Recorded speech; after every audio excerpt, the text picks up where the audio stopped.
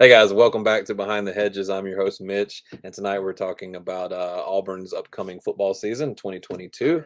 And now we're going to get ready to talk about what is staying the same amidst all this trouble. But before we do that, let's do this. I wake up every minute with the fever dreams. I push the mind to a limit where it needs to be. I work blind, got vision I don't need to see. I'm picking mind over matter, I believe in me. I need to find more hours in the day to breathe. Need to find more power in the way I be. Hey guys, welcome back.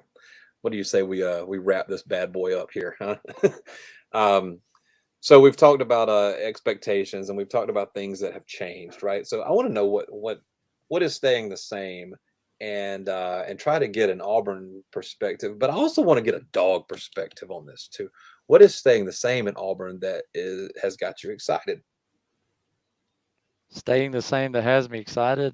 Um, I Or can't. does that thing not That exist? doesn't exist. I'm just going to be honest with you. Like I'm sitting here trying to take a holistic view of everything at Auburn, and I can't find a whole heck of a lot to feel good about.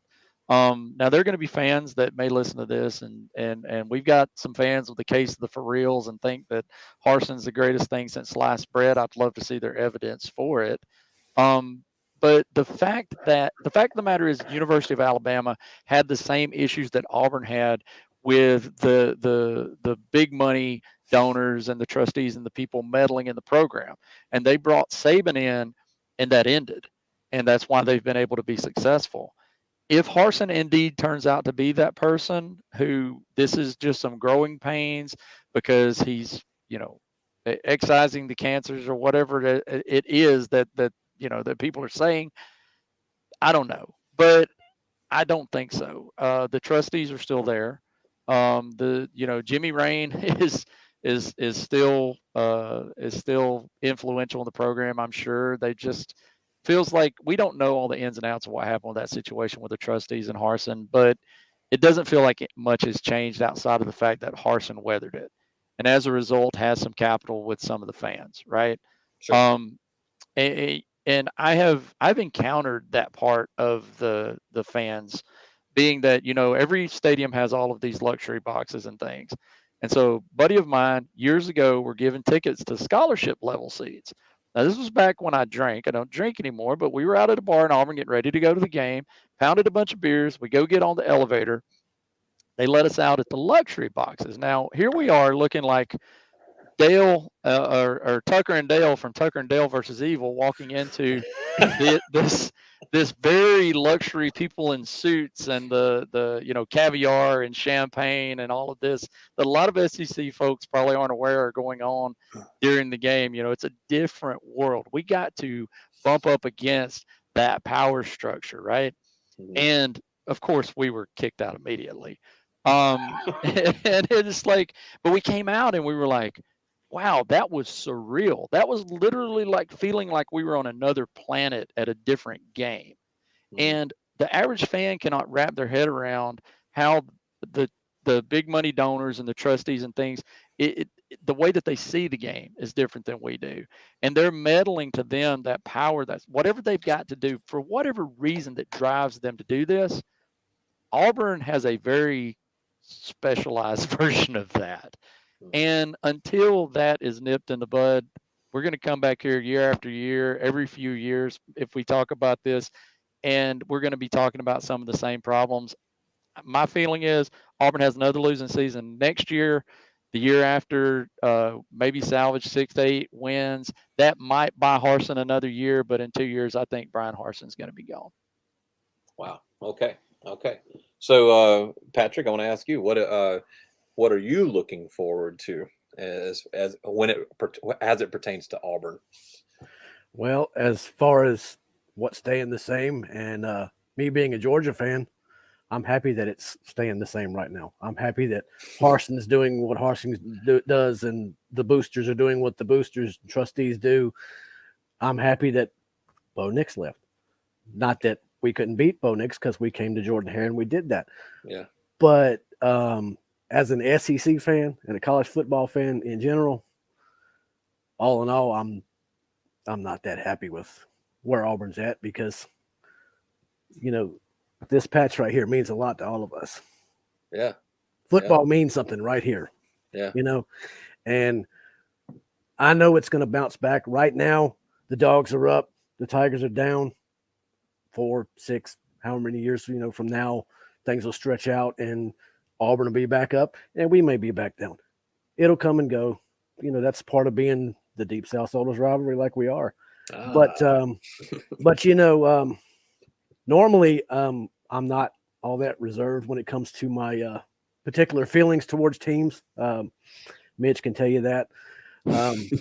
Luckily, you're not a Florida fan, so you got that. But I mean, I did have to put a very subtle little jab on you, as you can see. Zeus running all over you guys a couple years ago. Well, I do want to share something with you real quick. I'm probably the only Auburn fan that has a picture of Bear Bryant behind him for his calls. Was one of my think about that. Was one of my uncle's best friends. That's who's better, and he's in the picture with him, and was a wonderful human being. Was very nice to my uncle. I ended up going to the University of Alabama, and people ask me why I'm an Auburn fan. It's because I moved to Tuscaloosa for a little while. That's why, and I ended up in Auburn. That's what it took, but that's a special picture to me. Yeah. But yeah.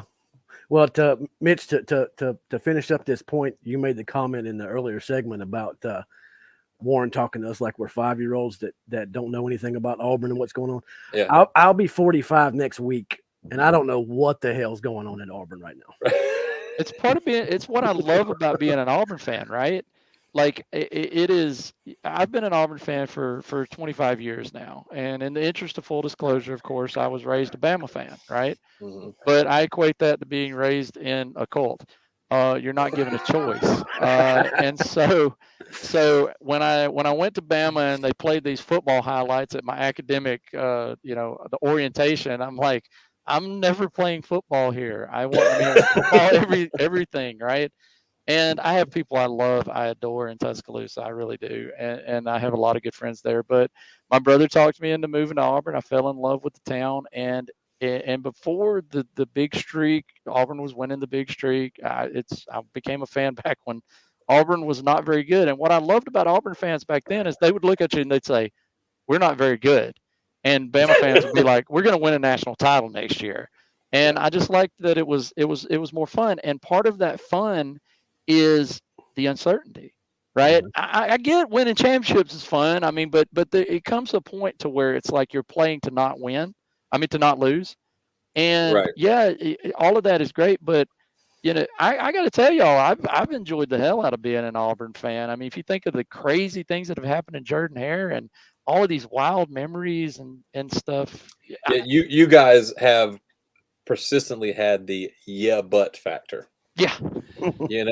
Exactly. And so anytime there's the people, anytime we're standing around the grill and, having a few drinks or whatever, and somebody, well, you guys, blah, blah, blah. And then the Auburn fan can always say, yeah, but remember that time, Right. And then you're like, I mean, especially for Florida fans. All right. Like, name a team that doesn't have a but moment with Auburn. Like Auburn's a great ruiner of things. The great ruiner of things. We would either ruin somebody's season or we'll ruin your own. But we're gonna ruin a season somewhere.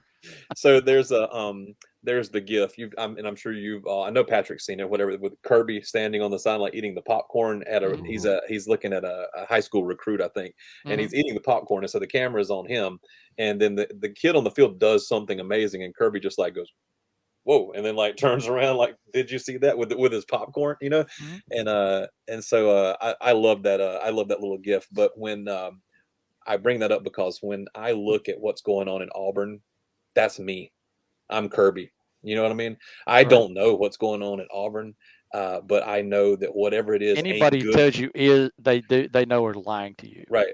I just know that whatever it is ain't good for them, and that means it's good for us, right? And so I just eat my popcorn on the sideline. So I don't know if Harson's the guy or not. I don't know, and I mean, honestly, don't care. Like it's not my. Well, if people ask me who would they hire, and I'm like, I don't know, but right now Harsin is the coach, and I know that with Gus, you were going to get a decent season every 2 to 3 years, and let's be honest, the SEC and college football in general, like everybody wants to win a national title every single year, and a lot of programs expect to do that every single year. Very few get to the level that Georgia has now, right? Mhm. With Alabama, I never dreamed in the modern era you would see what has gone on at the University of Alabama in championships and things, right? No, it's And crazy.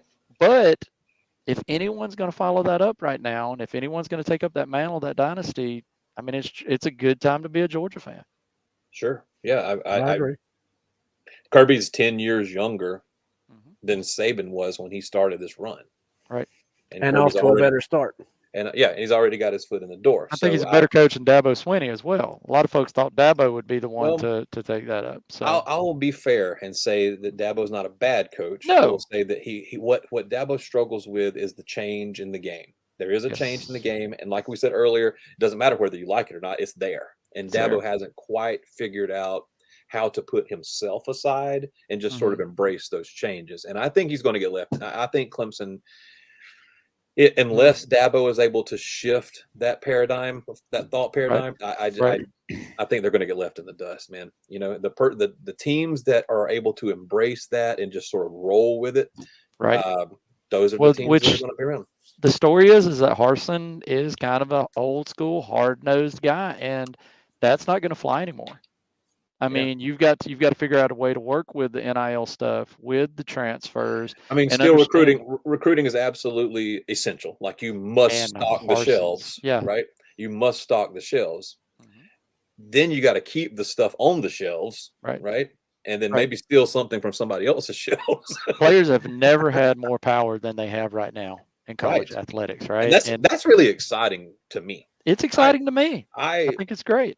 I mean, there's times when it makes me want to pull my freaking tongue out of my head, but like, it is what it is. I mean, Jermaine Burton's leaving us. Well, it is 18 to 22, 23-year-old players, kids. They're big damn kids, but it's the decisions that are being made. It's amazing how we as grown men like let those things affect our day-to-day life. But I think that when the money that is in NCAA in the NCAA football, the money that is in the SEC, it really felt like to me that the just came. That was for Mikey. We did it just for you, brother. I did that just for you, Mikey. But the money that's there and the money that the SEC is bringing now, I really felt like when they were getting Oklahoma and Texas, we're looking at a move. To me, in my opinion, it felt like they were trying to do something to uncouple from the NCAA and create this super league. And I still think that's a possibility. Our colleges are attached to minor league football teams that are feeder to the NFL. The game is going to change in our lifetime so incredibly and so drastically, and we're not going to be able to fight it. And if you're a coach and you do that, you're not going to be successful. Sure. I can't wait to have you on the show where we talk about that kind of stuff. In fact, this might be that show. Right. So boys, I have thoroughly enjoyed having you on. I hope you all stick around for the after party, but maybe we could have some of those conversations about what this thing is going to look like in the future. But anyway, thanks for joining us, everybody. We will see y'all next Tuesday. Make sure to like, share, and subscribe these videos. I'm going to be rolling out the segments of this chat we've had tonight, one a day for the next all the way to Friday. So you subscribe to the channel, you'll get to see the highlights of this stuff. But stick around. Here comes the after party.